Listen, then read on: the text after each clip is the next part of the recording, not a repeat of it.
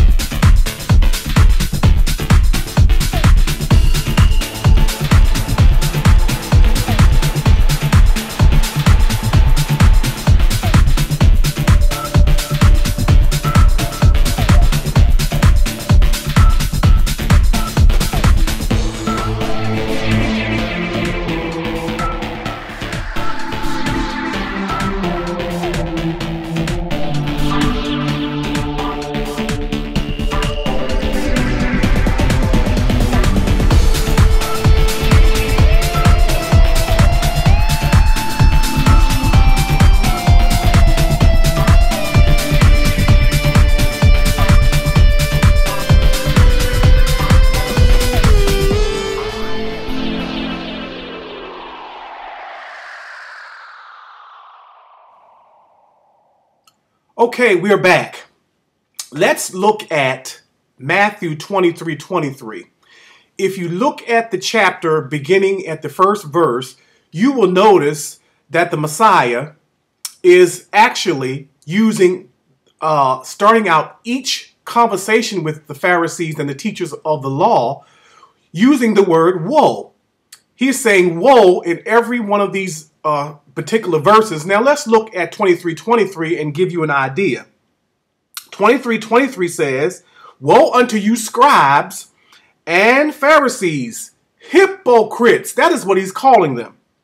"For you pay tithe of mint and anise and cumin, and have omitted the weightier matters of the law, judgment, mercy, and faith. These ought you have done, and not leave the other undone. You blind guides which strain out a gnat and swallow a camel." As you can see, he is not endorsing a tithe. He is actually condemning. So what do we know about this? Well, if you look up the Greek word woe in the Greek, it means oahi. It means oahi. It is actually an expression of grief. So the Messiah, Jesus, is actually grieved with what they were doing here at the temple. He is actually grieved. He is denouncing the Pharisees and the teachers of the law, and he is telling them, woe. Now, in the vernacular, in our modern day terms, how would we kind of express that in our modern day? We don't go around saying woe to people. We're going around saying, hold up, just wait 1 minute. What are you talking about? And that's exactly the type of expression Jesus was having with the Pharisees and the teachers of the law, because he was completely dissatisfied and angry with them for how they had turned upside down the entire law in reference to what they were trying to do. So if you read the whole chapter, it is a chapter of woes, a chapter of denunciations, a chapter that he is disagreeing with them. So let's get into this as soon as we come back and talk about Matthew 23:23. We'll be right back. We are back, great people. Boy, I am really excited about Matthew 23:23 because when you look at the context, you can see that there is no endorsement of Christ telling them he's pleased with them. He is displeased completely. Now, if you read this same verse, if you read this tithing verse in Luke 11:42, here is what it says. It says, "But woe unto you Pharisees, for you tithe mint and rue and all manner of herbs, and pass over judgment and the love of God. These ought you have to have done, and not leave the other undone." And everywhere in this chapter, and in Matthew 23:23 and Luke 11:42, you will see that there is nothing but woes. Now, it is pretty clear that Christ is upset. He is saying, hold up. He is saying, what do you think you're doing with the law? And as you can see in both this verse and the previous verse, there is no mention of denarii, no mention of gold, no mention of silver, no mention of shekels. He is actually addressing them, speaking to them about tithing spices from their garden. Now, if money was supposed to be included in this list, and if he was endorsing money tithing, Christ would have had to mention in the list money, but he did not. No forms of money, not even Roman money, Jewish money, or any kind of money in the list. He is only addressing the agricultural product which was tithed at the temple during this time. And so we cannot add to the word, and we cannot continually say he is mandating and endorsing a financial monetary tithe system here 2,000 years ago. Christ is not. The Messiah simply is not doing that. He is only addressing what they were doing at that time. And we'll be right back to get into this some more. Oh, we are back once again. Now that we've looked at Matthew 23:23 and Luke 11:42 concerning the tithe, the question is, if Christ wanted the tithe of money, why is it left out of the list in both of these references that I just gave you? The reason why is because money was simply not a tithable commodity. Now, we want to look at the two words here that I want to caution you about different Bible translations. And the word pay and give, and the word income. Depending on the translation of the Bible you use, you will read these same two verses and you will find either the word pay, income, or give.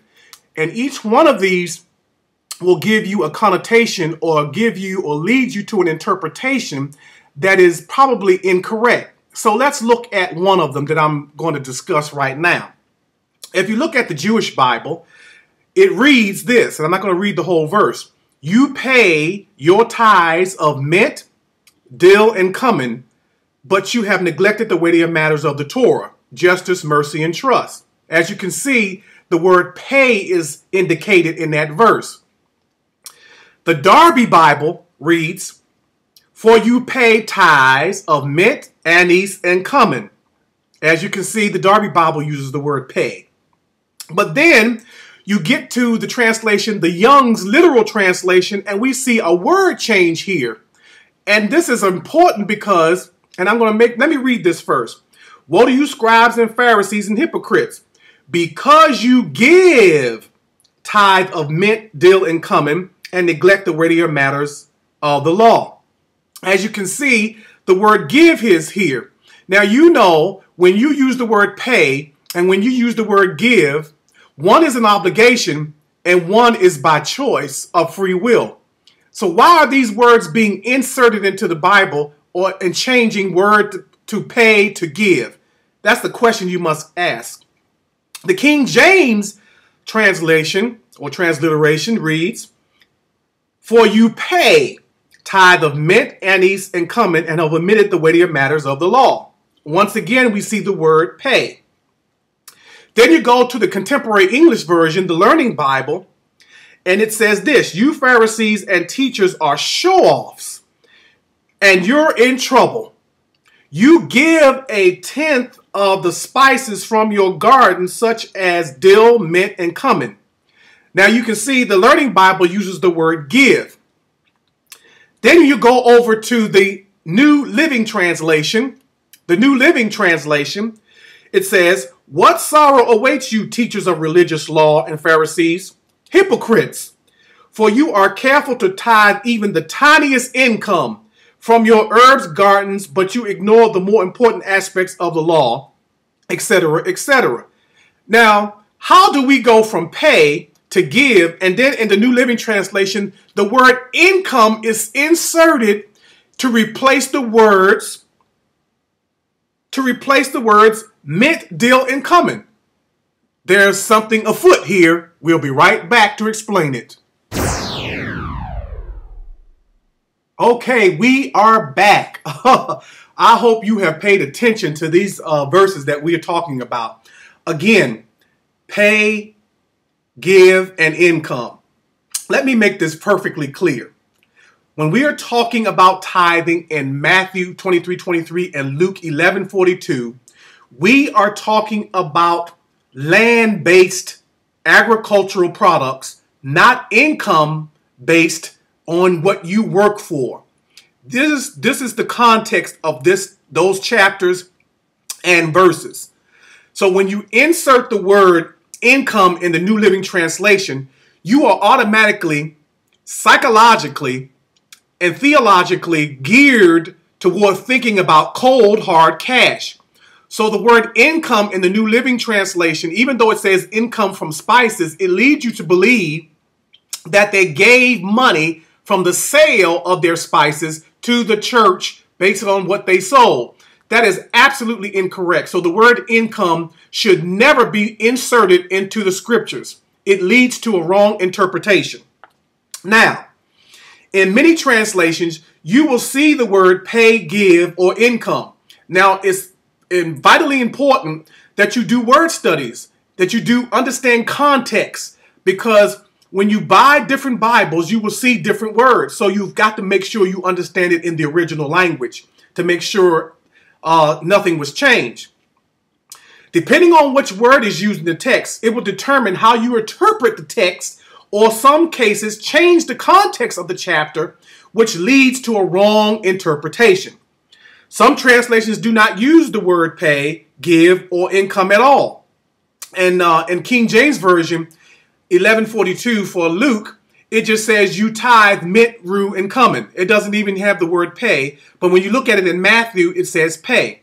And the reason why pay is actually the right word, because the tithe here we're talking about in Matthew and Luke, the tithe and the Gospels, Matthew, Mark, Luke, and John, is still under the law. So the law was still in existence. The law had to still be obeyed during Matthew, Mark, Luke, and John. So pay indicates that the tithe is part of the law. Now, in translations where the word pay, tithe, is used, it implies mandatory an obligatory practice. In the Torah, tithing is obligatory, no matter how you felt. The law required you to tithe. It was part of the law.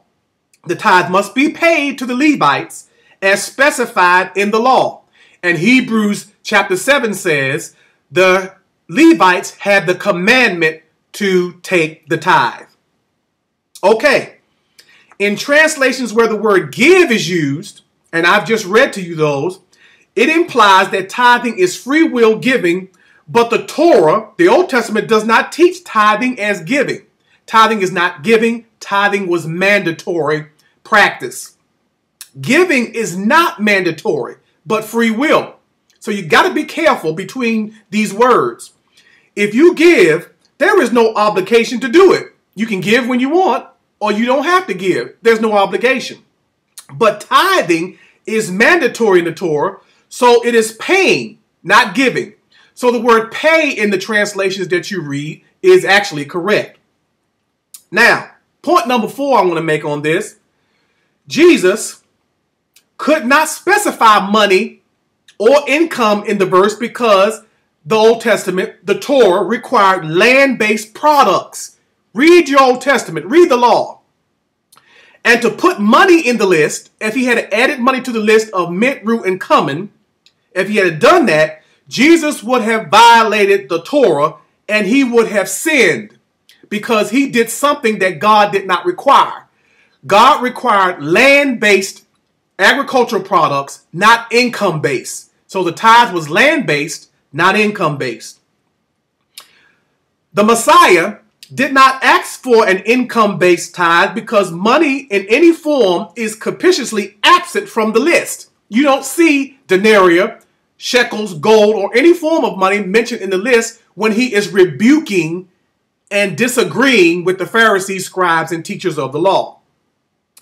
In Jesus' day, a money system was well established, as anyone can see, that when Jesus turned over the money changers' tables in the temple. So we know money was being used at the temple, but it was simply not being used as a tithe. Let me tell you what was done with the money at the temple. During the festivals, when they came to the place of worship in Jerusalem, the Israelites, the 12 tribes, brought their tithe when they had too much to carry from where they lived to Jerusalem. They turned their tithe into money, and they went to the temple, and they had to rebuy their agricultural tithe at the temple. And this is where the money changers were ripping people off. The Pharisees, the Sadducees, and the money changers and everybody in the temple were ripping people off.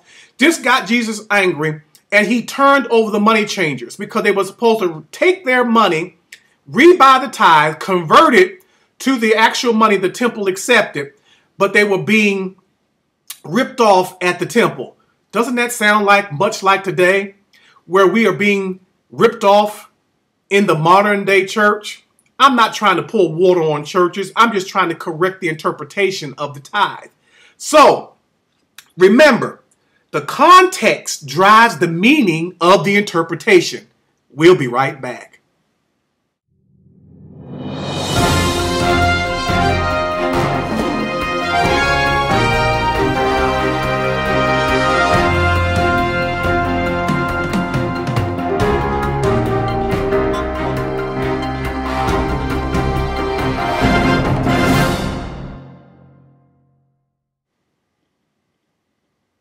Hello, we're back again. I hope you're enjoying this this expose on Matthew 23:23 and Luke 11:42.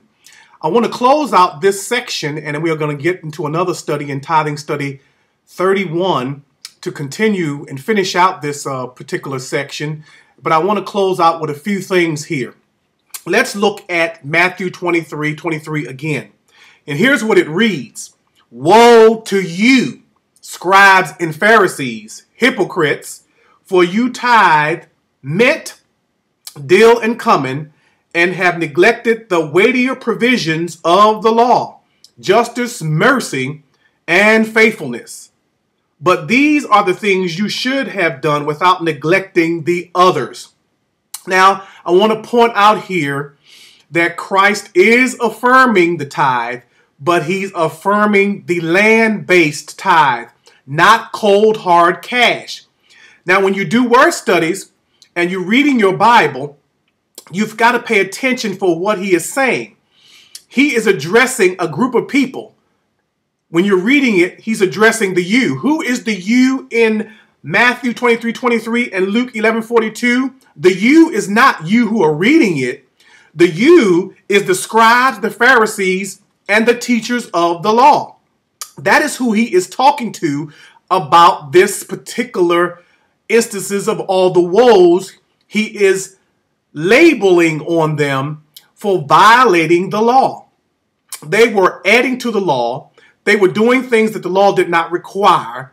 And let me give you an instance where, and I'm going to close out with this statement. Let me give you an instance where they were actually, according to the law, if you study the law very carefully, the law never required a tithe of spices because that's what mint, rue, and cumin is.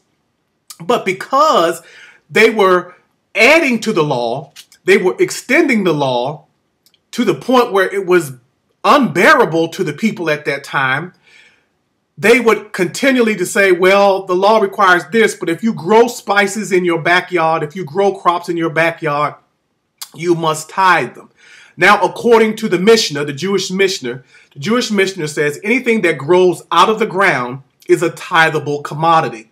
And so they extended that to include meant root and common by the time that we're speaking of at this point. But the original law did not require spices as a tithe. But because it grew out of the ground, if they grew this stuff in their homes, in their gardens, in their places of abode, they tithe from it. But Jesus is not affirming them in this. He is condemning them in the entire chapter when he says, woe, ashui. He is disagreeing, he is angry, and he is mad with them. So the tithe in Matthew 23:23 and Luke 11:42 has nothing to do with money, but everything to do with the land. See you again in the next study.